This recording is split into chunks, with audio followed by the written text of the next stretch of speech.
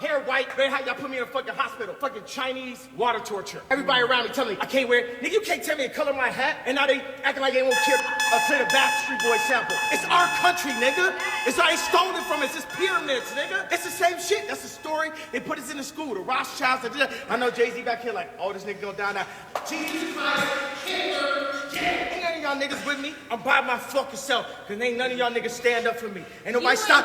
It's shut up. Be quiet before you get exiled. My daughter ripped up the motherfucking couches in the house to be able to be with me right now. Y'all don't know what's going on, but I don't believe in nobody but me, nigga. No one's with me because no one's really with me. It's just me and God. That's what I'm saying. And I'm still alive. I put up one tweet, and then Ari Emanuel put, oh, we gotta drop this nigga, and all niggas just watch. The only nigga that went and got them billions. The only nigga that's breaking through all kinds of ideas in fashion. I've been called a faggot so many times for tight jeans. If you keep up this anti-Semitic rhetoric, then you won't see your kids. News said I couldn't have an opinion, or I wouldn't see my kids. Y'all know who y'all fucking playing with? This is a vessel of God. Bill Cosby couldn't do shit by the time they got him. R. Kelly couldn't do shit by the time they got him. That's why I had to send it up. And fuck Cootie, fuck you, me selling opioids. They made me the face of bipolar. Okay, nigga, Big Pharma, where my royalties, nigga?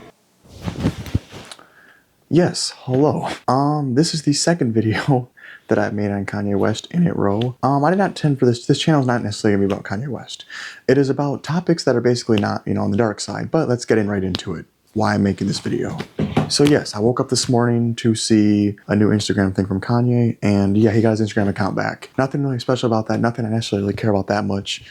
Like I said, I'm interested in the new album. I'm gonna hear it when it comes out. I don't really, what to expect from it. I'm going to get into the Instagram post and his apology to the Jews, because that's basically what it was. I'm sure many of you have heard about it in the news, but I'm going to delve into it on my theory on why he apologized, because I think it's forced. I don't really think it's as sincere as maybe it sounds, and that might be a bit crazy. Like, what are you talking about? It's not sincere. Well, let me get into it. So the Instagram post, if you don't know Hebrew, you probably don't understand it. That's what I thought. At first, I'm like, is this Arabic? Is it Hebrew? I didn't recognize it. I went ahead and I screenshotted it, and I went in and I translated it into English. So I'm going to read what it says in English. I sincerely apologize to the Jewish community for any unintended outburst caused by my words or actions. It was not my intention to hurt or demean, and I deeply regret any pain that I may have caused. I am committed to starting with myself and learning from this experience to ensure greater sensitivity and understanding more in the future. Your forgiveness is important to me, and I am committed to making amends and promoting unity. Does that sound like something he would say? Does that sound like it's coming from Kanye? Judging by the fact that he's a rapper, he must be, pretty good with the English language to be able to put metaphors and things like that in his songs. So it wouldn't be too far-fetched to say that he can write well, but does that sound like something he would say? What the fuck does she know about cameras? Out of everything anybody knows about his personality, everything we've seen, like I said, it's more of a parasocial relationship. You never really know who a person is behind the camera.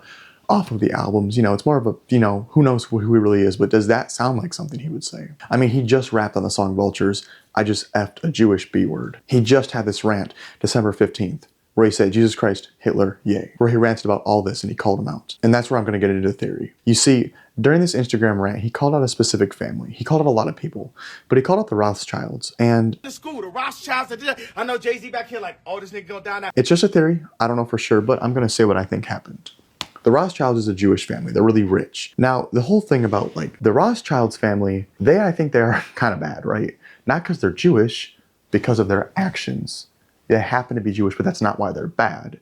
But they are a specific family that he called out in this rant. And my theory is that I think the Rothschilds or another person that he called out threatened him and forced him to make this response.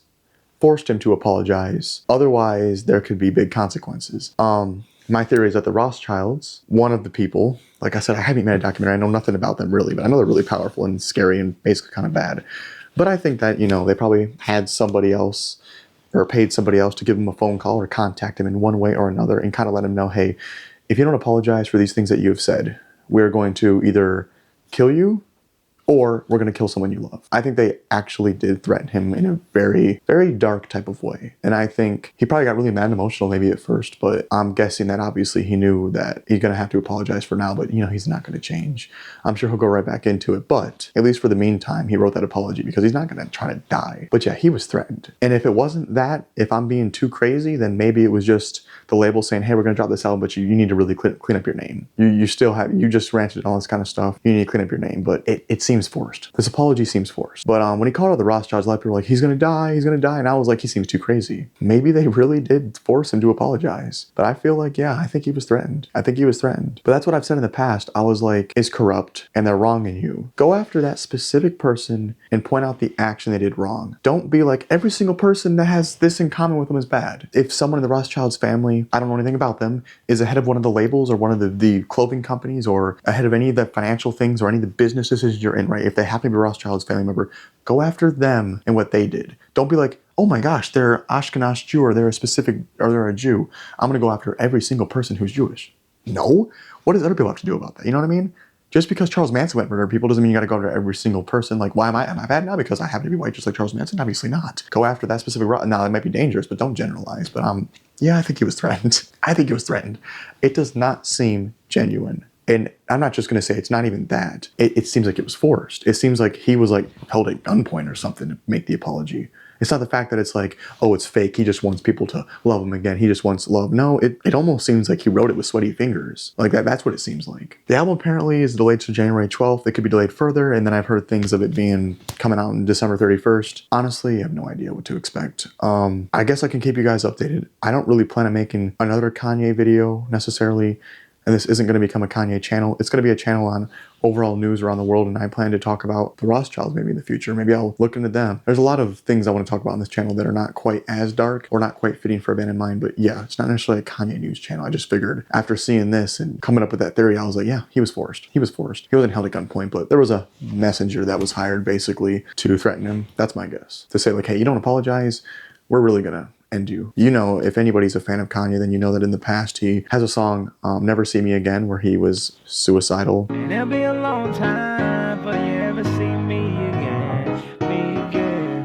It won't be hold my head in shame. Basically, and it was supposed to be like his suicide note. It can make it easier to get rid of him because I can just say, oh, he did it. So he needs to be really careful. He needs to be smart and not, I don't want him to look crazy, but I don't want him to get into dangerous territory. Sure, business is really messy. He needs to stop going after every single person that way in a group. And yeah, my theory is this was forced. Hopefully he stays safe. Anyways, I'm out of here.